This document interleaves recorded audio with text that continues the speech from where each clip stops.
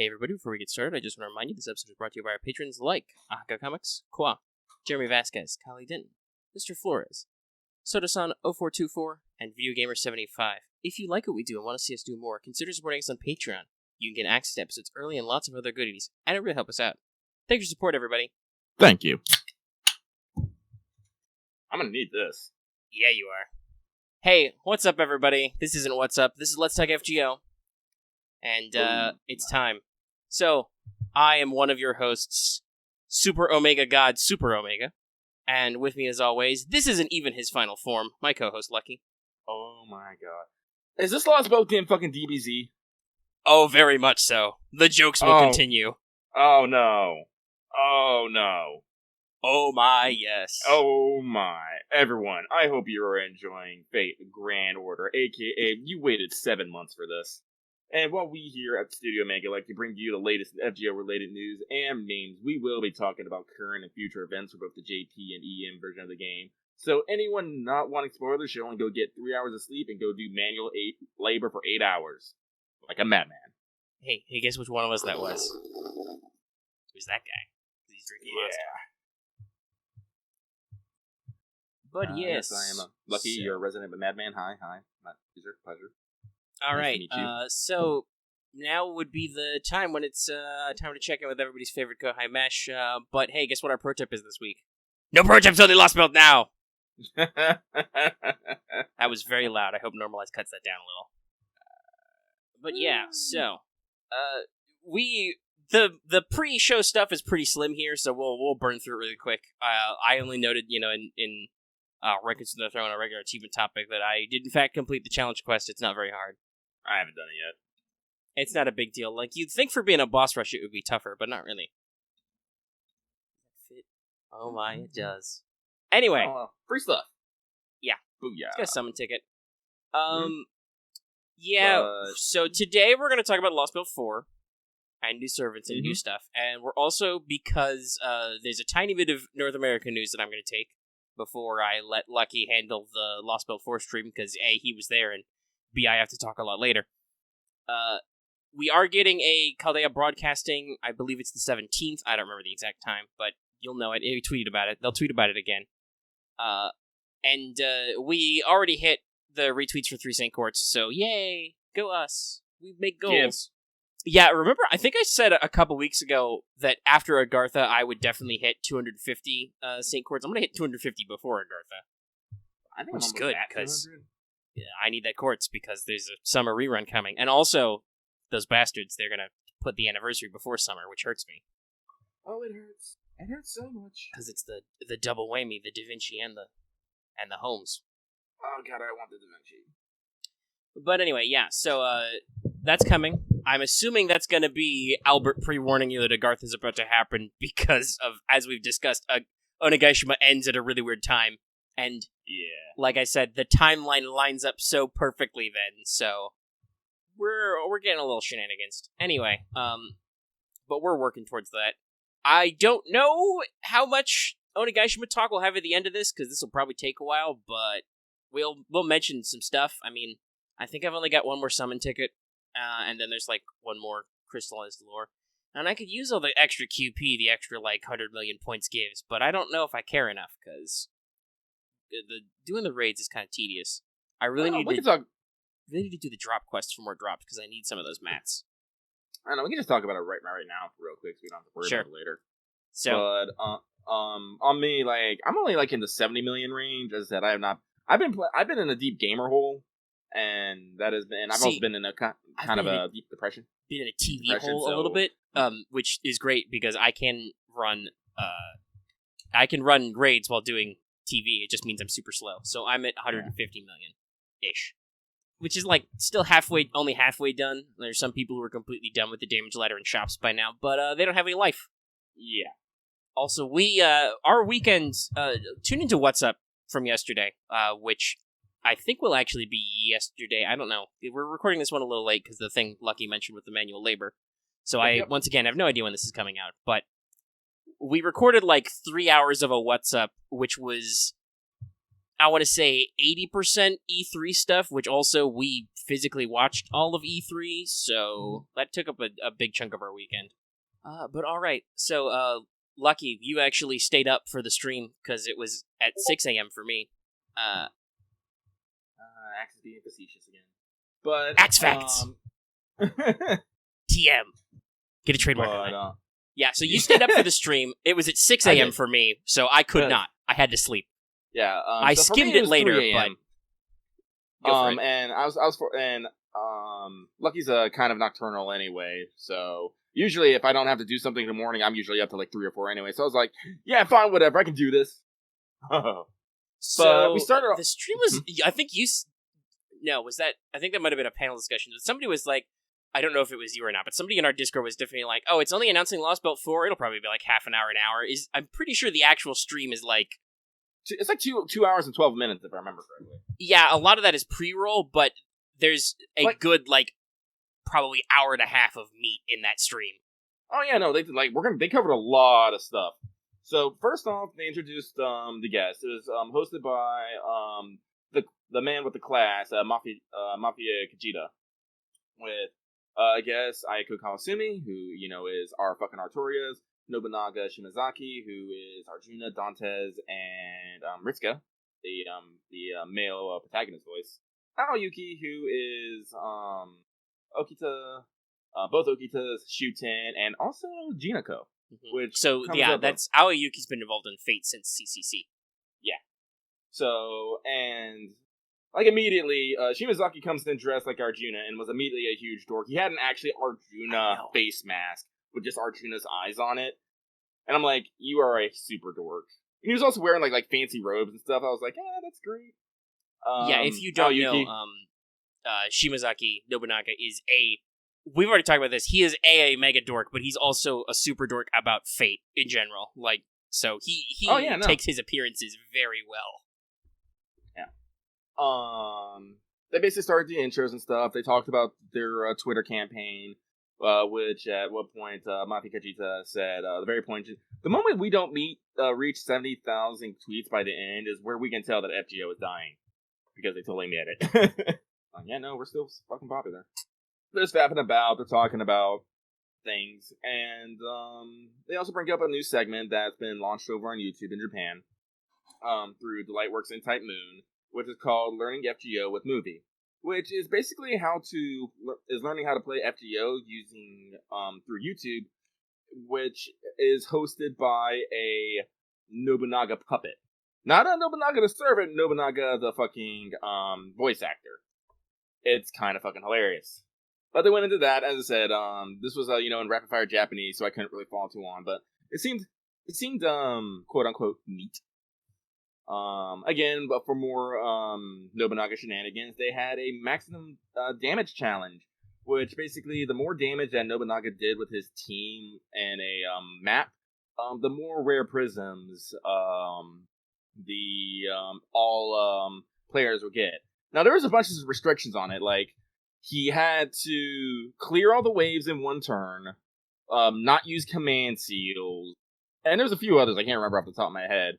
And for everyone to get the max, amount of cubes, he would have to surpass 1 million damage.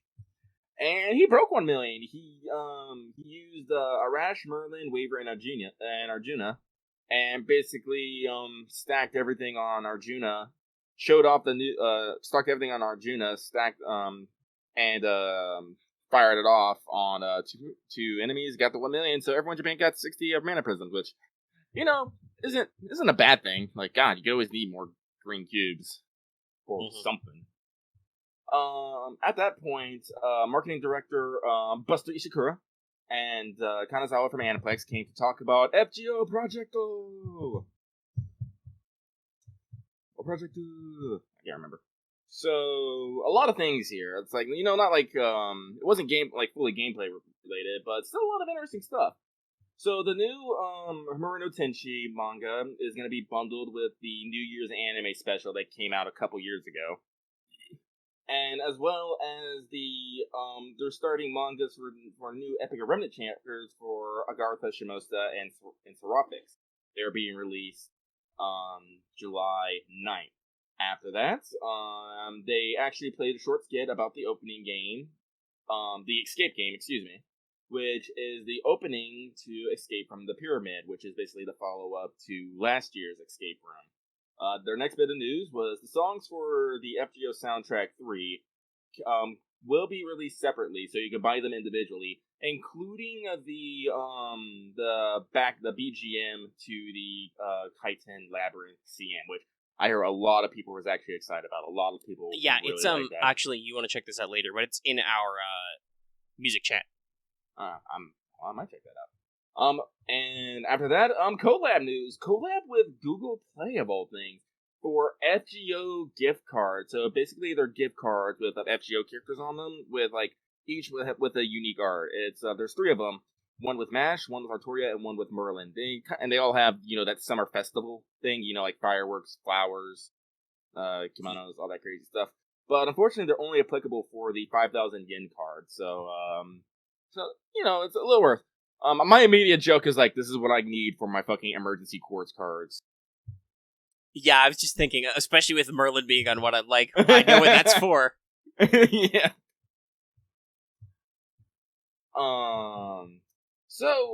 After that, we got a little bit of the anime news on the Road to Urk, the FGO Babylon anime exhibition information. Unfortunately, it was all in Japanese, so I couldn't really understand it all in the live translation. Didn't really translate the banner itself. But it's coming up. But even bigger hecking news is we got the 4th anniversary information. Fate Grand Order Fest 2019 Chaldea Park. Which, once again, I would like to reiterate, this is why our anniversary is delayed to other people's huge fucking events, because we apparently don't swing huge fucking events on our own for FGO. Not yet. But it's taking place August 3rd and 4th, and it looks like it's going to be in an even bigger venue than it was last year. They showed off several interesting things, like a Chaldea Palace, the Halloween Town, the Lulu Wawa Island. There's a joke in there, but unfortunately I forgot it. Yeah, there's a lot of zones, basically, which are themed. The Battle Arena, and everyone's like, oh, we're getting belly now. So, interesting enough is that when they announced the Halloween Town, they also showed 3 new sprites for Martha, Robin Hood, and Shuten. Mm-hmm. Halloween ones. Halloween ones. Shuten was dressed as a Chinese zombie. Robin Hood was, I don't know what exactly I want to say like Robin Hood was dressed as. He looks I can't remember it off the top of my head. Yeah. But he looks like a showman, a ringleader, like a circus ringleader kind of feel going on there. And Martha was Summer Martha as a cowboy. Yes, and I was like, yes, this is good. Also, BT devs, when we say Shuten Doji was dressed as a Chinese vampire Jiangxi, it was still a right to artwork, so legs for years. Also, you can tell she's having way too much fun being a spookum. Mm-hmm. She already likes being a spookum. Now she has legitimate reason to spookum. Oh noes. Really cool thing. They're actually doing a keyframe art book for the CMs between America and Babylonia. So basically, all the key visual animations, all those keyframes, they're being put in a book. And like, boom, check this out. This is how we do things. They'd be like, what? That is pretty cool. It is pretty cool. And last thing, they're going to be releasing command code keychains, which, if anything in FGO is going to probably be made into a keychain, it'd probably be that. Or that or Rio art. Yeah, the command code arts are kind of like compact. Yeah, they're small, they're stylized, so that makes kind of sense for them to be tagged on stuff. It's a good look. I noticed that when I was skimming the stream that Aoi Yuuki immediately claimed a couple for her tiny Arjuna and Karna. Yep. Which, in case we didn't mention this, Aoi Yuuki, big fan of both Arjuna and Karna. She had plushes of them. Her big dorky glasses. Yes, she arrived with Posse. Mm-hmm. Yeah, as I said, I didn't mention this, but Aoi Yuuki had like the biggest fucking glasses. I'm like, oh my god, she's so goddamn cute right now. Can't handle my heart. Let's see, what else was going? Oh yeah, Rio also did some art for the fest. Like I think it was like 8 to 10 servants in I don't want to say circus, but definitely like Disneyland, Magical Land, Welcome to my Magical Amusement Park kind of get up. I guess that'd be it. And there's a key visual out, showing it. It's probably going around the Twitters right now. And then we went on to the next section. Cosmos in the Lostbelt. I'm kind of sad that they didn't have Nobunaga shout for Nissan this time. Oh no, it wasn't Nobunaga, but they still called for him. They called for him, but yeah, like I think it was the last stream where he like fucking belts out because they were in front of a crowd, so he was obviously playing it up for them. He belted out a very loud Nissan because I'm not good with names today either as I was yesterday, but do you have his name noted down here? No. I don't have his actual name. Tucson, he wears a shirt that says 2. They say his real name. We forget it because we're in a constant state of between life and death, slipping into the dreamlands. Yeah, but he wears a shirt that says 2 on it, so they call him Tucson, i.e. Nissan, which is hilarious.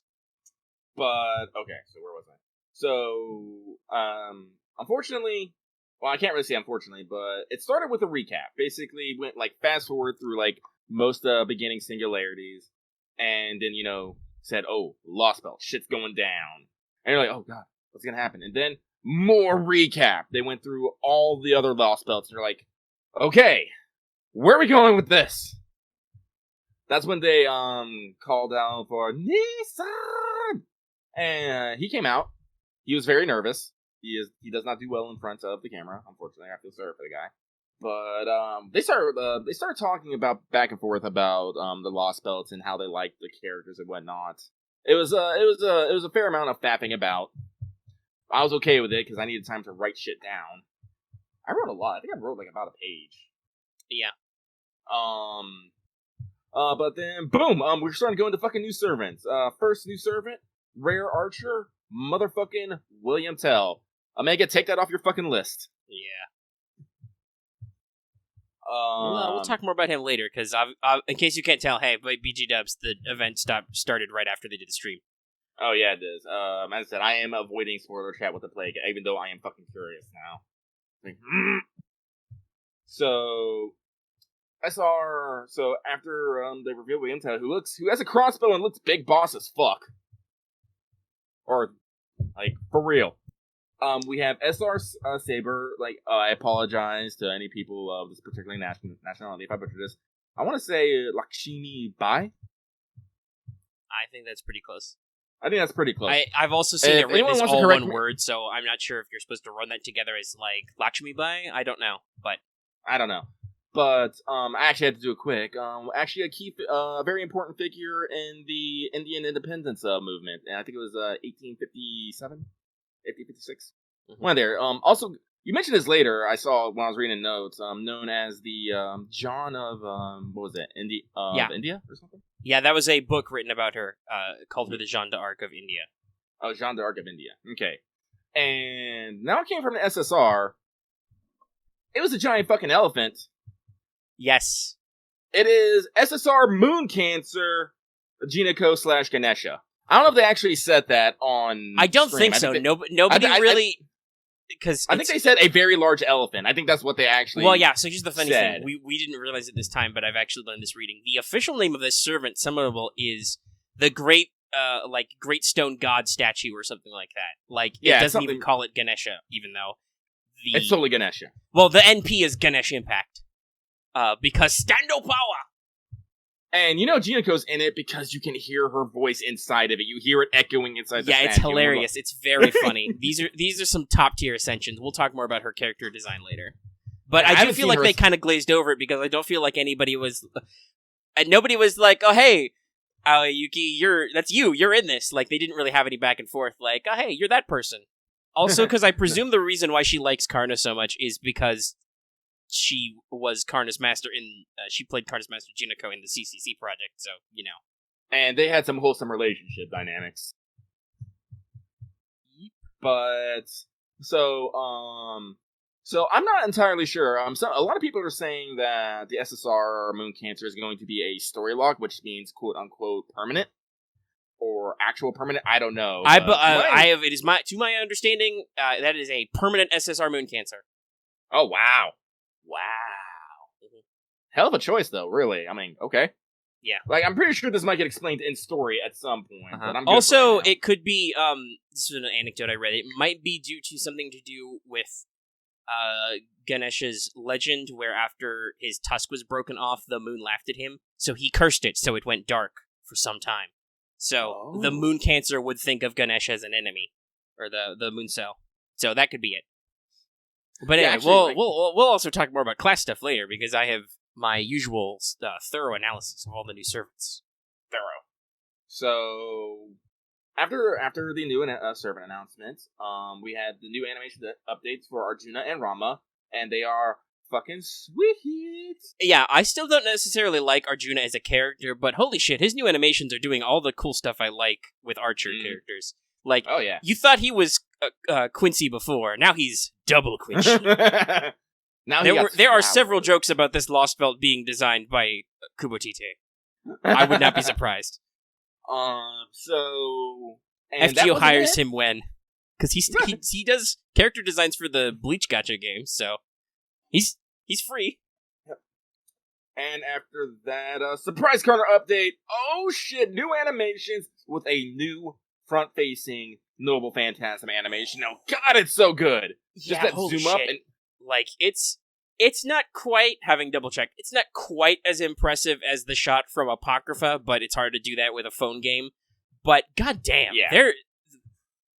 Like, this isn't just a brief cut-in, this is like an extended front-facing sprite. With the whole thing with his weird metal wing thing does the... Like his eye, you can see like one eye is not like the other. Yeah. Oh, by the way, his eye laser got more fucking powerful. Mm-hmm. Like, speaking of Apocrypha, his animations are totally much more like how he fights in the anime, as his usual with animation updates, where he is like much faster and more agile and does things like, it looks like his attacks have fucking weight to them. Yeah, he throws his spear more. There's a lot more fire. He does the thing, he does at a couple points where he summons just energy spears to rain down on the enemy. His quick animation is super cool now. He summons a ball of fire and then blows it at the enemy, and like little bursts that hit people. It's so rad. Yeah, Aoi Yuuki died for a moment. Oh yeah, she was... so, here's how this starts. Tucson says, hey, we have one more. We have one more. Here you go. Yes, please play it. And then Karna starts talking, and it cuts to him, and you hear Aoi Yuuki go in the background. And then it ends, and everybody else is excited, and she's just standing there, head in her hands, and the camera fucking grabs a zoom on her, because she's just standing there in stone cold silence. Again, I super appreciate these voice actors are invested in this game as we are, if not more. Literally more invested than us. Oh yeah. At some points, I think. That's because they spend a fuck ton of money on this game. Yeah, but this game also spends a fuck ton of money on them. Probably, though I believe there are some voice actors who have admitted they've put more in FGO than FGO has paid them in checks. This is truly the vicious cycle. Hi. But so after that we got a quality of life update. So first off, there were some new CEs. They were all Mooncell themed. Mm-hmm. I can't remember what they were off the top of my head, or nor the characters in them, because I think the SSR is Leo. I think the SSR is Leo, but I think that's like all I recognize, because I don't know who the Jester woman is. That was was that? I think that was Vlad Extra's master in regular Extra. She was a weird clown. I think I heard someone talking about freaked that. Out. It was weird. Extra was weird. Extra is weird, right? And the rare, it looked like two students from the high school. They had the uniform. Let me see. I can't remember. Do these have names? No. Okay. The wikis and stuff haven't recorded names, so I don't recognize the character designs either. But it's definitely the extra uniform design. Yeah. And one extra bit, guest servants will finally have equipable CEs, or be able to equip CEs. Yes, they have. I believe the way this works is they have their own kind of like special CE, which is unique to them. But now they actually have CEs, so their stats get boosted a little. And I think it's similar to Halloween Princess, where it like gives them starting NP charge and gives them extra damage or something. So That's it good. like makes them way more It efficient. makes guest servants something that a lot more viable, because I know a lot of people are like they have no CE. They have, like, nothing extra. It's not enough. I can do something better with, like, a friend slot. So that's real cool. And finally, boom, CM. I don't know if I could call it, like, an exactly solid, but I kind of went a deep dive on the CM and, like, clicked out a bunch of fucking scenes just so I can, like, all right, Mega, this is what we're working with. Yeah, you did, and I watched it, and I was like, yes, this is completely confusing, as is usual. That was kind of the reason why I did it. I was like, this because in the CM there is a lot going on. Yeah, like your screen grabs are very good and on point, but I'm just thinking back to the actual CM. It's like, yeah, wow, these are this one's very chaotic. It's a little hard to follow, though it does have some keen symbolism and stuff, and you get to see some characters. Yeah, like there's a Nezha, and then what looks like Nezha Alter or some sort of dark Nezha. Yeah, Gyaru Nezha is in this, and it looks like the Tamamo's in here. I still don't know if she's actually a Tamamo or a fucking Daji or... No, she's totally Tamovich. She calls herself that in other points. The question is what aspect of Tamamo she embodies, which is... Yeah. I'm pretty sure supposed to be her spooky, scary fox parts. Also fair to note that, as you can see from the CM, Tamovich Konoskaya / Daji totally has yet another new outfit. Mm-hmm. Which means a completely different set of sprites. Wadarko continues to be a complete and utter madwoman. Let's see here. We got a servant who looks like he summons a giant centipede / snake / I don't know. Yeah, I know who that guy is, and that totally makes sense. It's gonna be a snake. So it's a snake? Okay. Yeah, I don't know. We'll probably mention it later. I don't think his name's like hidden for the sake of the game, and he's been dead on it. So this is just, hey, this guy's gonna show up. Let's see. Next one. Guy in armor on fire? Don't know. Yeah, I'm also not sure about that. I think I've seen that image a couple times, but I'm like, is that somebody's, like, ascension level that I don't know? Dude who looks like he's throwing around a giant wheel. Very crazy. Spoilers. He does, in fact, throw around a giant wheel. He's an archer. BT dubs. Naturally. Found a sprite of Jinako looking small and chubby and absolutely adorable. Arjuna Alter. Is that what he's actually I believe that is actually his name. That is what people are calling him. So I think it is confirmed that that's actually what he's called by the game. Okay. Let's see. I'm going down the screen grabs I got. Sad Jinako, must protect. Let's see here. More wheel throw guy. Small kid yelling with blue hair? I don't know. Yeah, that's the captain. He's a support NPC who appeared in a couple of earlier ones. Though I don't think he's actually been in a Lostbelt CM before. Oh, now he has been. And then Small Child, getting head pats. Shit's going down. I believe the Small Child is your token one friend you make in every Lostbelt, who will be in the tragic CE you get at the end of the Lostbelt to save your memories. Oh. Because that happens every fucking time. Lostbelts. How many small children must you make me protect? Well, after this is not a spoiler, but because of the physics of the Lostbelt, after you win, the Lostbelt is destroyed because it gets edited back out of the time stream. But instead of a servant, you are awarded a CE, which is usually an image of the major NPC who supported you and was like your friend. Oh, okay. So they're like the memoirs or the tokens of memory you have of those people who no longer exist because you kind of killed them, but you destroyed their entire way of life. But they were your friend, and they were real. This goes back to a lot of like you and Mash's dialogue in the original Singularities. But yeah, so Lostbelt 4, it's here. It's cool. It is, like as I said, like I'm excited for this, but at the same time, I'm basically excited for this as basically I am for any other fucking event. Mm-hmm. Because again, I try to keep myself from being spoiler because I want my emotions raw and unfiltered and untainted by as much try to be as untainted by clairvoyance as possible. But all right, nothing against everyone who wants to know everything, but I'm like, no, I want to understand it. I want to. Now, and also, there's something to be said for the fact that you can't understand 100% of this shit anyway. There's so much script. I've been told by some of our community members that they're happy about this, but also that means there's a lot of dialogue. There are multiple story-only nodes in Lostbelt 4, Yuga Kushtera. Oh, so it's just nothing but screen text? Yeah, nothing but story in a couple of places. It's apparently very AP-friendly, which is unusual for Lostbelt. So yeah, that's interesting, but that also means, hey, that's going to be a super dense story that I'm sure even 6 months from now, they probably won't have translated all the nodes of, because it takes forever. So, you can only get kind of impressions through what people play.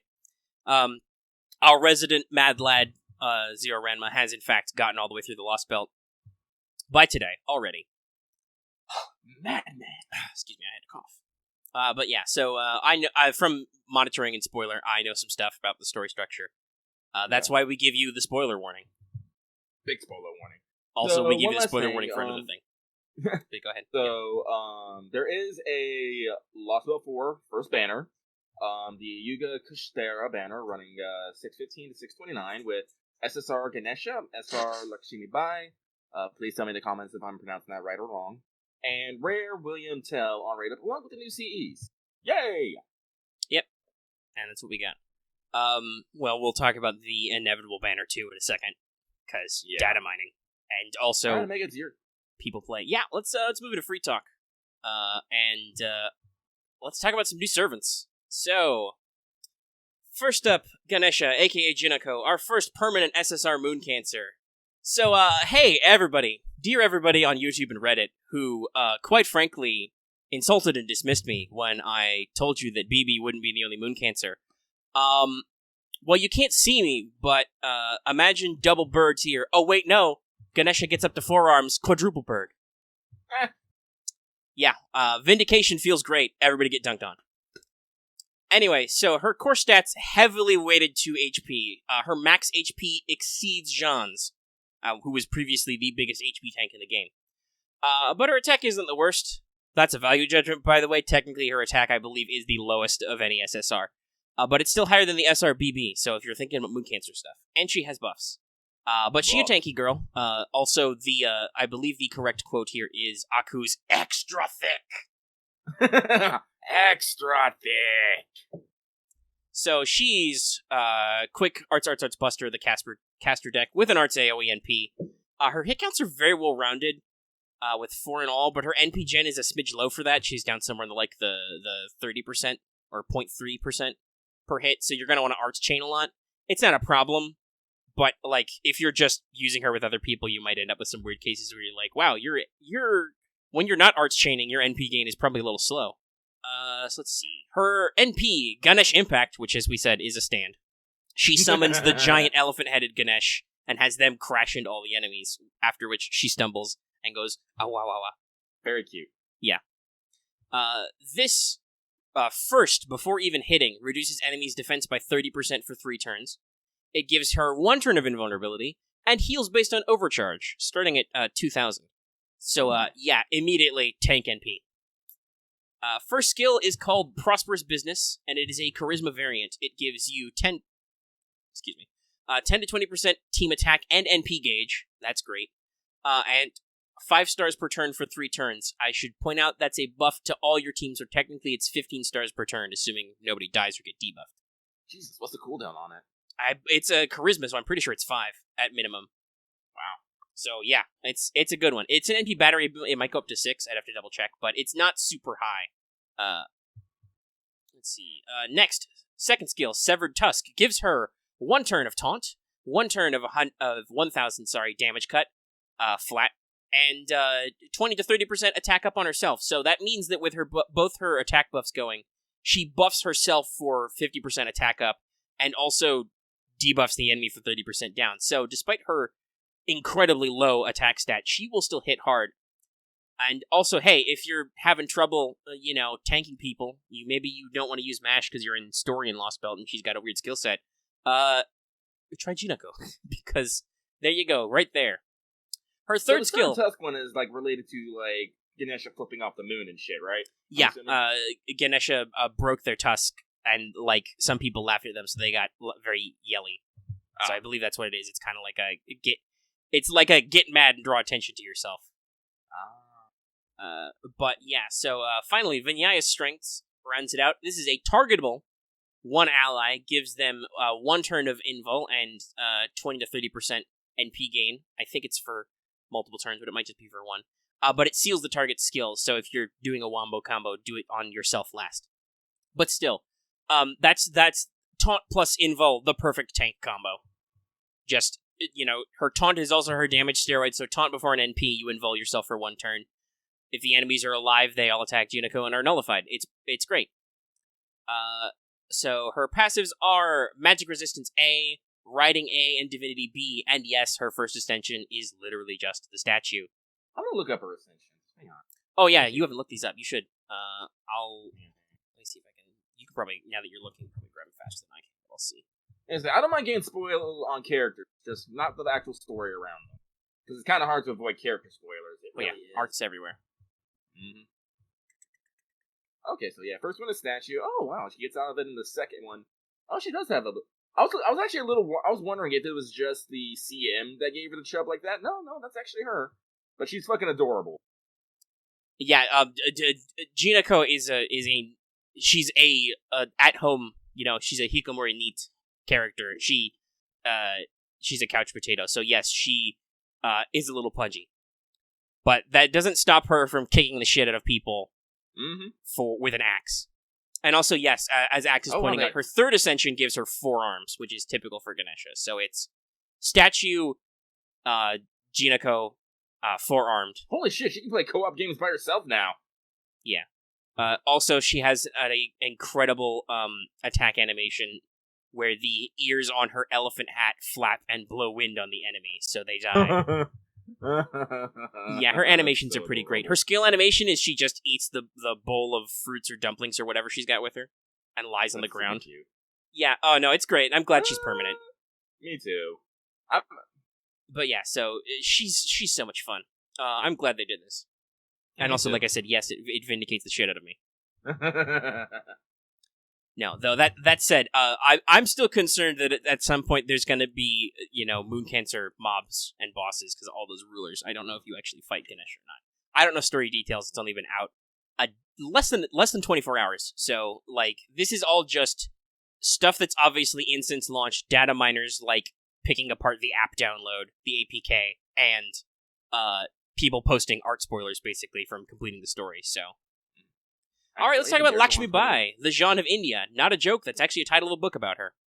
Also, she's a Saberface, officially. Because she's drawn by Takeuchi and she looks kind of like a Saberface. I would like to say that technically she's a Jeanne face. Her height and weight are the exact same as Jeanne's. But programming 2 traits that mean the same thing would be dumb. Okay. Let's run down her stuff, as I have too many tabs. I should close some of these tabs. That's... Alright. I'll mute spoiler channel too. People are chatting about stuff in there. Okay, focusing down. She's a new permanent SR Saber with well-rounded attack and HP. So she's, I believe, firmly in the middle of the pack on both of those. She is quick, Arts Buster, an unusual combo for Sabers. That's usually a Lancer thing. Oh, with, hey, get this, a quick AoE NP as a Saber. I'm pretty sure she is literally the first quick AoE Saber. So, breaking some ground there. So her NP's effect is, first off, it's got a new one. It removes all offensive buffs from the enemy. There are a couple of skills which remove defensive buffs. This removes offensive one, like attack up, extra added effect on attack, crit ups, I think, and stuff like that. All the card type ups. And it's AoE, so that's super handy. And it also has an OC-based effect where it reduces their crit chance. So, pretty decent defensive kit. Her hit counts are kind of, though. I compare her to kind of like a launch servant. Like, she's got 300 quick, that's okay. She's only got 2 hits on her 1 arts card. And 4 hit buster cards, which is unusual. But she does have huge NP gain like a launch servant. It's a full 1%. So, she should generate NP okay on like an AQQ or something. Might need some support, who knows. Skill 1 is also a charisma variant, but it introduces her gimmick, random number generators. I hope you like this. So it's the usual charisma 10 to 20% team attack. And then it has a 60% chance that she gives, this is on both of these, each 60% chance, gives them 50% up to 50% crit strength and star gen. Wow. every 5 turns. So, like, it's Wow. good, but she has to roll a 60% chance that she does that first. Her second skill, Assault on Safai, gives one ally 1 turn of invulnerable for sure, and then it has a 60% chance to give them heal per turn, 1k to 2k for 3 turns, and 3 turns, 3 times of damage cut, 1k to 2k. Her final skill caps this off, though. It is called Resistance of Gwylor. It gives her a 1-time Guts for 1 to 3k HP for 3 turns. It decreases her debuff resistance, unfortunately, though she does have a decent chunk of those passive.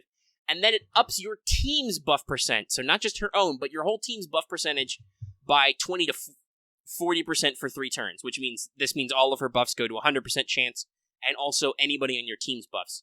You're running her with Oz, you're running her with Nero and Imperial Privilege, you're running her with Prince of Lanling, who also has percentage-based buffed. She's a great team player, and has a Guts. For passive skills, she has Magic Resistance A, Riding B, and Goddess Essence C for passive, so that's a lot of debuff resist on her own.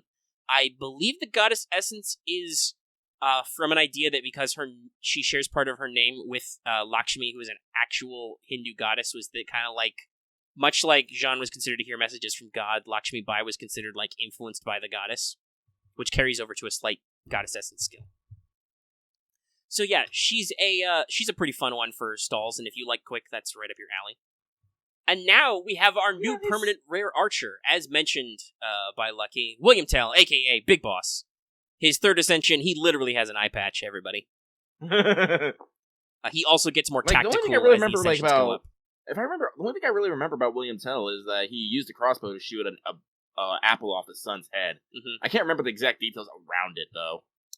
He was challenged by a local official that he couldn't. He basically made a bet, I can do any shot anytime, and this guy was like, okay, you're boasting, if you can't make the shot, well, you're gonna shoot your kid, so do it, and he did it, and then also later, I think he shot the guy as revenge. So he caused, like, political change in his country. Oh, okay. So his attack is very solid, and his HP doesn't really suffer for it. He's also quite middle of the road for rare archers. He is quick, arts, buster. Single target arts NP, which immediately gives him a niche. So he's a new 3-star. He's a new permanent 3-star, which is always fun to add. So that's a guaranteed NP5 eventually. It's a single target arts NP with an easy NP5 and gives him sure hit. So it beats evade. Also, it has special damage modifier. It does bonus damage based on OC if the enemy has the evade buff. That's right. If you try to dodge, William Tell not only shoots you, he shoots you harder. Which means that he's going to be very good for certain niches. I can't think of a lot of sabers with evade off the top of my head, but even so, he's got like at 100% overcharge, it's like 200% bonus damage up to 250 at like 300 level 5. So I think there's a couple berserkers with evade though. Yeah. There are also probably neutral damage servants with evade you can pick on. Yeah. Or also, like, not that you would necessarily use them because there's no damage modifier, but they resist. Alter Egos have a hard time beating up Knight classes, and some of them, like, melt evades and stuff. Mm-hmm. So, it has a use, but also, like, everybody knows, using other 3-star archers with special bonus damage, like Robin, like Urale, these guys hit like a truck when you get this going. So, he is a welcome addition to the 3-star archer team. And I will be spending all of my friend points immediately when he comes out. Yeah, same. Like, honestly, I just like his design. He's just a solid he's so old fun. man. Like, it's great when they, like... He looks Special Forces. We know FGO, like, they do the waifu things. Lakshmi Bai looks like Jean. Jinako didn't... you didn't have to fuse Ganesh with Jinako, though also I will say, the fact that she starts as a statue is, like, they're still having fun, right? Even if it's like, oh, look, Bear McGriff. I also appreciate they gave her chub. I really do. Well, that's naturally to her character. Though I would also point out that I believe canonically Jinako is the biggest cup size in the Natsuverse under Passion Lip, who is huge. So yeah, she a big girl, and she's not afraid to kick the shit out of people. Also, one of her attacks is she throws dumplings with a giant spoon at people. Or fruit, I don't know what it is, but it's hilarious. I think it's her arts. Anyway, but so William Tell, his hit counts are also all well-rounded with 3 in all, decent NP gen. His first skill is a 50 to 100% chance to skill seal the target, and gives you, let's just say 10 to 30 critical stars on a 6-turn cooldown minimum. That's a lot of crit stars. His second skill is a 3-turn self-arts buff, so the usual 20 to 30%, and also gives him 3 turns of straight-up debuff immunity. It's called something like Limitless Patience, so that's fun. So that's an NP steroid, and also gives him a lot of debuff immunity. Alright, Lucky, are you ready for this final skill? I'm not ready for this. Aiming EX. That's right, nobody aimed until just now. It gives him a big star absorption buff, and archers are already middle of the road as far as star absorb goes, so this is like 1,000%, it's like 10 times. And it gives him a 50 to 100% critical damage up for 5 turns. So, NPAA, crit bomb, that'll give him sure hit for the turn. He'll tear some enemies apart. He'll fuck some shit up. 1 shot, 1 kill. He also has a passive magic resistance D and independent action A. So he already has a pretty good, 10% crit up buff. All these servants seem pretty good and pretty cool. So, a little bit of Lostbelt discussion, blah blah blah spoilers, but we have confirmed through appearances in the chapter, their names and their general classes and stuff, both fighting for you and against you. There are several servants coming. I haven't looked at their skill sets, but I know their names and that they exist and what their ranks are. Mm-hmm. So we've got SSR Arjuna Alter, the Lostbelt Berserker. That'll probably be the leader on the second banner in about a week. We have SR Archer. Okay, much like Lucky with the other pronunciation, everybody be gentle with me. I'm not good at this. Ashwahatma. I don't know if I'm saying that double T right. An SR Archer, who I'm gonna assume is the enemy master's servant because he was supposed to summon an archer. That's Wheelie Boy. Now I gotta throw that name into Google and see what. Yeah, Ashwahatma is another character from the Mahabharata. Oh, really? Who fought with Arjuna and his brothers. I think after Karna had died, but I'm not sure. I'm not an expert on the Mahabharata, but he's another one from their era. So he's a pretty cool dude, and he throws wheels at people. And Snaky Mask Boy is a rare caster, 3-star caster, Asclepius. Isn't Asclepius a doctor? He is the god of medicine, son of Apollo. Yes. Well, poison and medicine are just two halves of the same coin. The reason the snaky thing is, one, he learned medicine from a snake, and also, I saw his NP animation, but I didn't look at it in too detail. I'm assuming he's going to have some thematic relation to Medusa, because Athena brought him the blood from Medusa's head, which, blood from the left side would kill, and blood from the right side would heal, basically. Oh. So I'm wondering if he's got some thematic symbolism. I knew Asclepius was snake-related, but... Yeah, that's where the I think it's Caduceus, that's the hospital symbol, the snake entwining a staff, that's his personal emblem. Yeah. So and he's a 3-star caster. He seems pretty cool. He's got a lot of healing abilities. That's fun. More healers. You see, that's the thing. I see his design, and my immediate thought was not, oh, that's a healer. No, you're like, who's this bad boy? Yeah. No.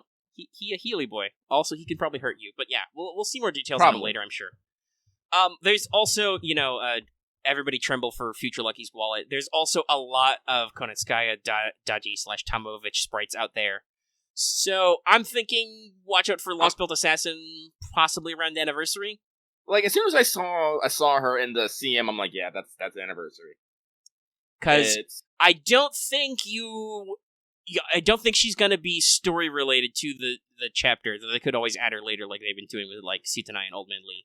I don't think they have to though, because they actually have a robust servant roster. But I feel like I don't want to spoil anything, but I feel like the story is leading up to a point where it's gonna be appropriate for them to be like, and now she's summonable. So we'll see in future, and obviously people will give me more details as time goes on. Yeah. Because like we said... what's the mission clock at? We are just under an hour. Okay, cool. We're about 50 minutes in. So yeah, lots of good fun servants, lots of good characters. There is a costume for Arjuna that is unlockable, not Arjuna, for Karna. Because there's a new version of Arjuna, so there's a new costume for Karna. That's where some of our DBZ jokes are coming from. He's very red. Did they basically go super... Is this what's happening? I think that's the implication. He's all red and he's glowing with power and stuff. He has new lines and slightly new animations in his costume, and you unlock it by doing the story, which is phenomenal. They give it to you in your gift box. They've kind of been soft on the costumes recently. Yeah, but they're doing lots of really interesting things, like adding Lee's costumes to the shop after you do his interlude, so you can, or possibly even not even after his interlude, but you can do him with and without glasses. Karna gets a story-based costume. That's super cool. Hopefully they continue to do more interesting stuff. But yeah, there is a Paco drew a great insert CG. One of those full screen CGs that's super action packed. I don't want to spoil it for Lucky unless he wants to see it. But nah, I'm good. From Extella Link that Karna and Arjuna are very DBZ. This does not change along that line. Okay. It's a little more up close and personal, but yeah, it's similar to that. Like they have some FaceTime. Ooh. Also, there's a Arjuna Alter boss who Nobunaga's really killing himself. He has some great deliveries on. I can't even try to scream Karna with as much energy as that man brings. I'm not gonna hurt your ears. I'm not gonna hurt my throat. But like, he has some yells.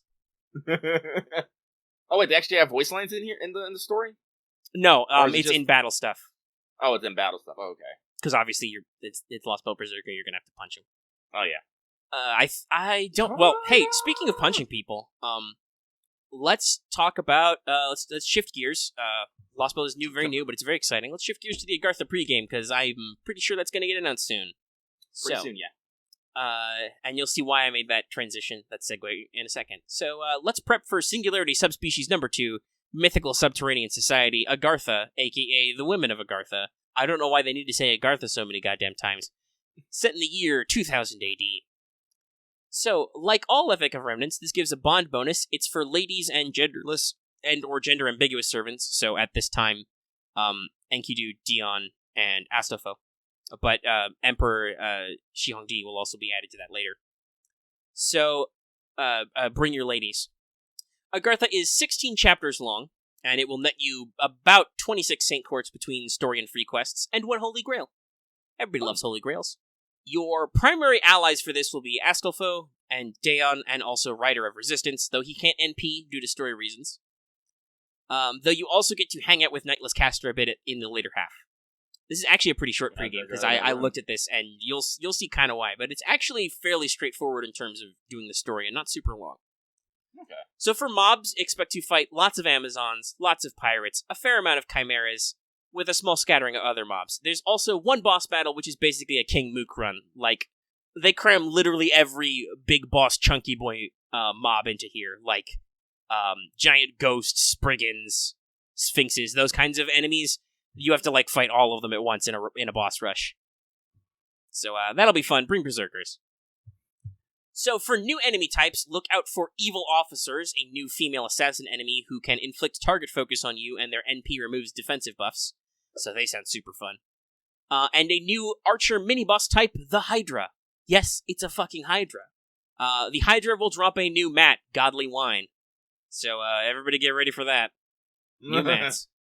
Evil Officers drop Fool's Chains. So for bosses, this is the only disappointing thing about this. Welcome to Break Bar Town! Everybody gets a break bar. Expect all major enemies, that is servant enemies, to have 1 to 3 health bars, usually with something like 200 to 400 K HP APOP. You can expect to encounter all the new servants at some point as a fight. That's Caster of Nightless City, Assassin of Nightless City, Rider of the Resistance, and Berserker of El Dorado. No, I'm not spoiling their true names right now because of reasons. If you're in the know, you're in the know, but I'm not going to be so rude as to like ruin this for people who are like trying to get tips and tricks. There'll be a wanted, and after the things come out, we'll talk about all their names and we're done, because we do that. Like we did with Shinjuku. There's a big bad Berserker story boss who I'm 100% not naming, but watch out for him. You're going to have to fight him a couple times. There's a Rider boss Dahut. There's a Caster boss who has just 800k HP straight up. Thanks, game. I'm glad I have lots of riders now. He's gonna get fucking fiery pile drivered. Quest is putting in those hours. No, by the way, hey, Lucky, that reminded me of a fun fact I learned. Did you know for the Babylonia stage play, to pay cuts, they actually got an actual professional wrestler. What? To play her part in the musical, yeah. When are we gonna get the stage plays over here? Yeah, give me some fucking Blu-rays, Aniplex. I haven't seen it, but that's hilarious. Apparently, when she went back to professional wrestling after the stage tour, she renamed one of her moves after Ket's. Oh my god, that's amazing. Where was I? Oh yeah. So the final boss though is a ruler, so bring your Lady Avengers. Also, in general, if an enemy has a break bar, assume they will do something you will not enjoy when you finish off an HP bar. Listing them all would be tedious. Just make that assumption, plan for it in your strategy. When I break a bar, something bad is going to happen. It's like literally every enemy. These can be from like charging their NPs to healing allies to just buffs or just being fucking annoying. It's going to be a little rough. It might be a little tedious, but it's hopefully not too hard. I know ERs are supposed to be hard, but if you're a launch player, you're probably okay. If you've got some of those primo welfares. If not, remember ERs are optional. Take a break, level some shit, come back to it. Oh, I think One Fat Panda posted it. Oh, nice. I'll look at that later because I can't watch videos right now. Thanks, One Fat Panda. Yeah, don't.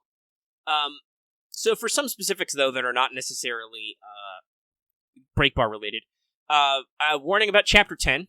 You're going to fight Berserker of Eldorado in this chapter, and in one of the fights, she will start with a full NP gauge right away, but the fight ends after you break her first bar, so it's, kind of a gimmicky thing. So, bring Skahawk, and with a K-scope. Got it. Yeah, something like that. Just immediately smash her before she can NP. Our special Berserker boss friend, who I really don't want to spoil for Lucky because I want to hear him react to this, but he has a gimmick involving guts. Be prepared to kill him lots of times.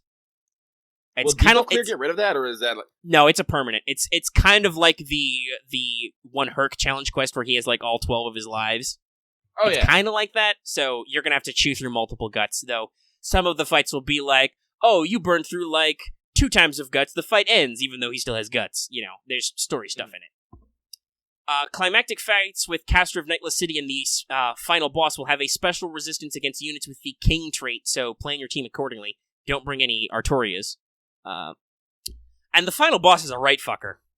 So, in addition to being a ruler, which means class advantages, he's got charm and instant death skills. That's super fun. And an AoE NP which strips buffs. He's also got a gimmick with guts, which you have to force to proc to advance. Like, you have to kill him and let him proc his guts. You can't get rid of it also. So, have some fun, guys. Luckily, the HP isn't too hard. It's mostly just the gimmicks and skills and stuff.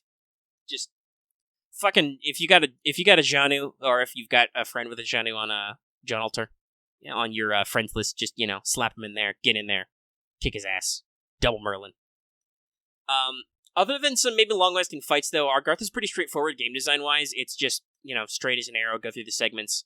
You gotta be beating up a lot of mobs, but most of them are pretty normal classes. Their HP's not too huge. I did warn you there's gonna be some chimeras, as always, so, watch out for berserkers. But anybody who's been playing this game a decent amount of time should be fairly prepped. And after the story is complete, Agartha's free quests will offer you new, better places to get drops on Warhorns, Grease, Snake Gems, and Crystals, in addition to a new drop for Godly Wine. Not that I like to farm in free quests for drops, but it's always fun when they exist. If you have to. And, other than that, yeah, that's Agartha. Most of what we talk about will probably be story-related, and we'll see how we feel. Lots of people have opinions on Agartha, which I'm ready to see, because honestly, it doesn't sound so bad, so I kind of want to, yes, conflicted opinions or negative ones. Not like how people think about Septim, where Septim is just like, man, that was bad because there were lots of characters who did nothing and the plot was really weird and didn't seem like it went anywhere. But just like, people don't necessarily like the angles of the story. So I don't know if that's just like personal bias or what. Yeah, the thing I think about Agartha is I get excited for Shinjuku, for Salem, for Shimosa. I don't have that exact same fucking feel with Agartha. I don't know why. I think it's because nobody really talks about it. No one really talks about it. Like, it never gets hyped up. So I have I'm kind of going in I don't know what the fuck's going on, and just what happens now. So we'll see.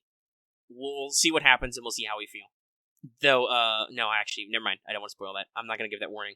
I feel like I'm going to warn some people about something, but also no, I want Lucky needs to see this site unspoiled, so I'm not gonna. Oh God. It's not like a traumatic thing, just like some people will be shocked. Is this gonna make me into Floor Lucky? No. This will make Lucky demand more costumes. Oh. There's some sprites. Oh. But I hope, knowing this game, that they try to surprise you with these sprites. But yeah, there's some character costumes that will be fun. Anyway, that's Agartha pregame. Like I said, there's not really much to prepare you for. Just, hey, break bars are a thing. They're going all in on this mechanic. Get ready to break some bars. Watch your burst damage. Flex. I'm not gonna. I can't X. I don't want to ruin it for. Also, yeah, like X. Also, X commented use ladies because it gives you a bond bonus for female servants. That's what I usually use anyway. Hey, maybe I can finally get Jean and Jean Alter to 10 because they're both pretty close. I might put Kiara in my back just so she can start farming fucking. Yeah, level some bond. Also, hey, there's gonna be cavalry focused nodes, so. Yeah, beautiful. Oh, hey, I noticed at least one soul leader in here, so yeah, everybody have fun with that. But hey, that's what alter egos are for. Fuck you, soul leaders. Fuck you. Though theoretically, there's going to be an offensive cast run rate up, so you never know. I'm going to have a lot of tickets. I'm going to blow on Agartha wildly to try and get I'll say her codename, Berserker of Eldorado. So I'm going to fire in hard with my tickets. I haven't used any tickets on Nagaishima, so I'm going to hope for something, but. You never know. If you're rolling on Agartha for other people, you might end up with an AOE Artscaster. But all right, that's Agartha. Let me go check on our TTB Omega Sensei. Lucky, do you think we said everything we want to say about an Nagaishima rerun? Just that we're not done with it, but we're not gonna. Oop. I think my voice blipped a little bit. Discord. Oh, Lucky went muted. He went away. Okay, hold on. All right, Lucky is back. I was saying earlier, just before you left, and I didn't realize, so I paused it. Do you think we have anything else to say about Onigashima, other than we're not done? Onigashima, like, again, the only thing the only thing that really bugs me is, again, I haven't been putting as much time into it as I should. Like, I'm, like, down, I just broke 80 million, and I want to get the summon tickets, like...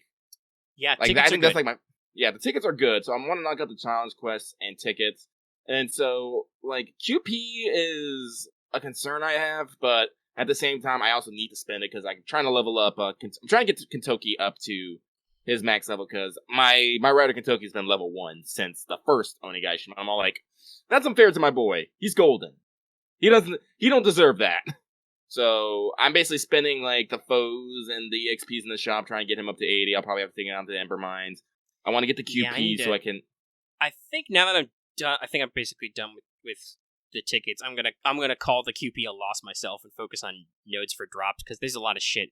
Like I had like 20. I had like 20 snake gems, and now I have 27 snake gems, which is not all the snake gems in the store. So I need more snake gems. Yeah. So I'm like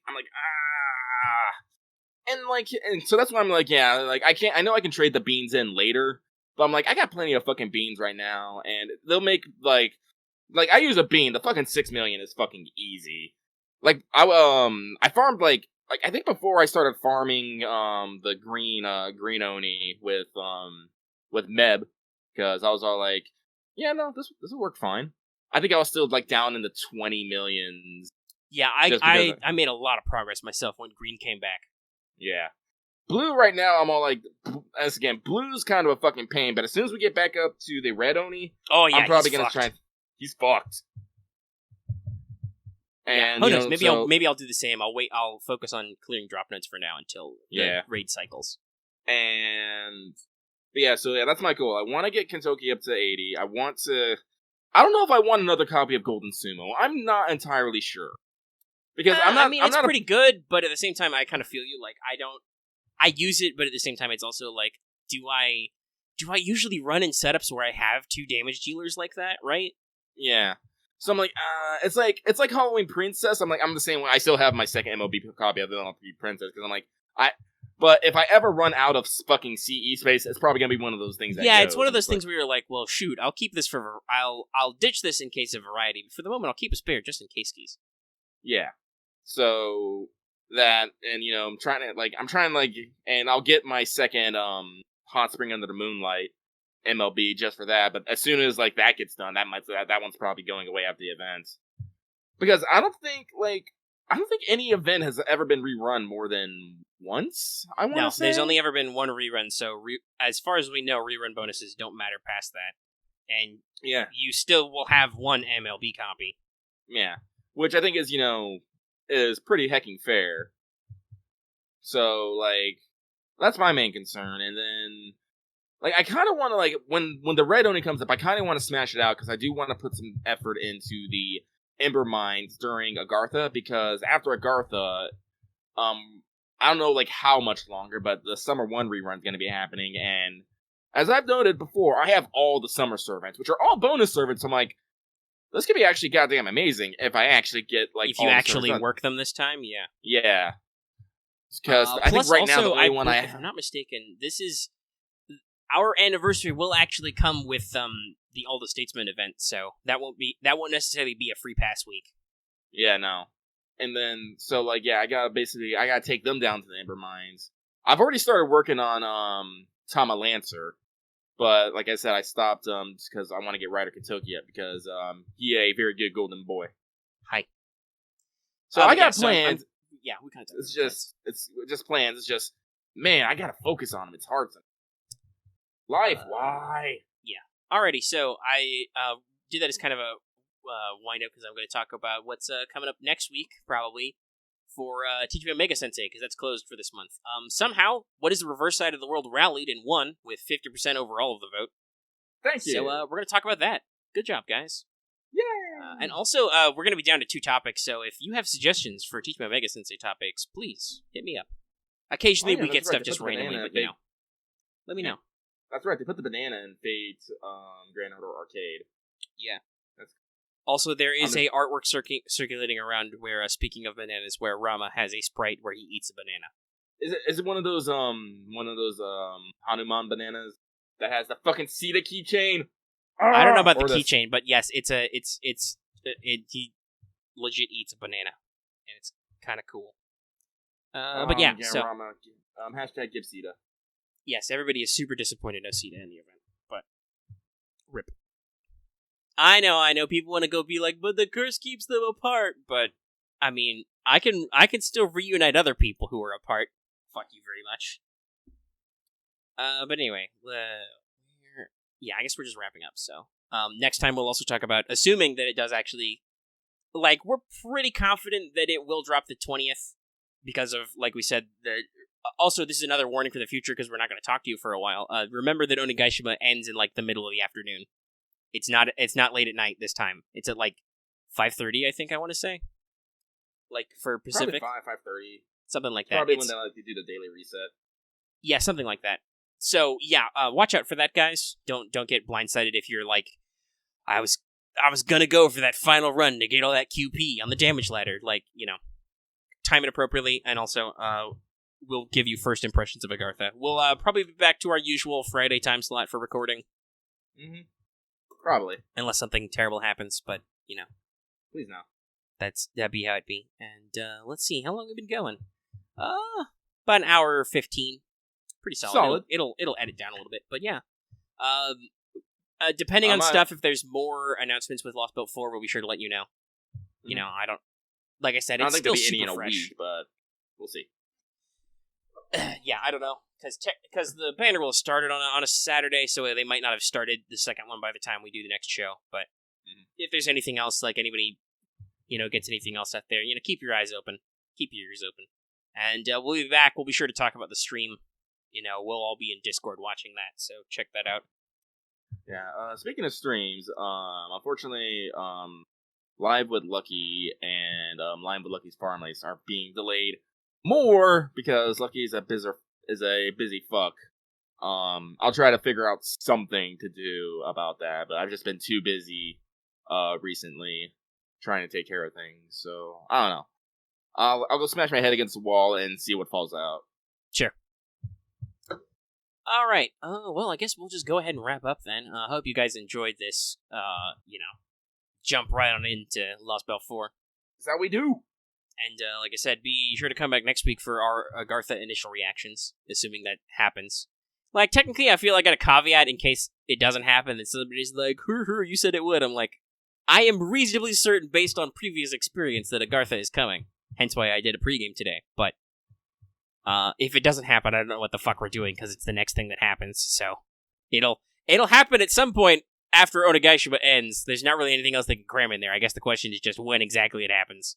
But we'll we talk have about a it. reasonable suspicion that there is a very good chance that maybe this thing will happen sometime.